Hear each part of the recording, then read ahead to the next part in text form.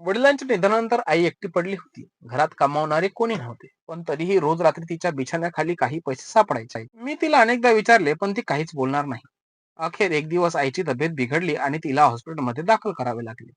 मी तिच्या बिछाण्यावर झोपले. मध्यरात्री कुणीतरी हळूच माझ्या पांघरुणात शिरल्यासारखं वाटलं. मी घाबरले. माझ्या अंगावरचा चादर बाजूला सरकून पाहिलं, तर माझ्या समोर बाबांचा मित्र उभा होता. तो माझ्याकडे पाहून हसला आणि त्याने माझ्या हातात एक नोट ठेवली. तुझ्या आईने मला वचन दिले आहे की ती यापुढे काहीही विकणार नाही. ती नेहमी म्हणते की ती तिच्या मुलांसाठी आयुष्यभर कमावते.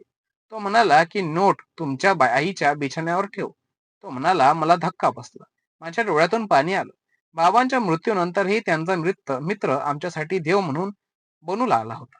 त्याने मला जवळ घेतलं आणि म्हणाला की मी तुझ्या आईचा आदर करतो, पण तुला आता काळजी करण्याची गरज नाही. त्याने मला धीर दिला आणि माझ्या खांद्यावर हात ठेवला.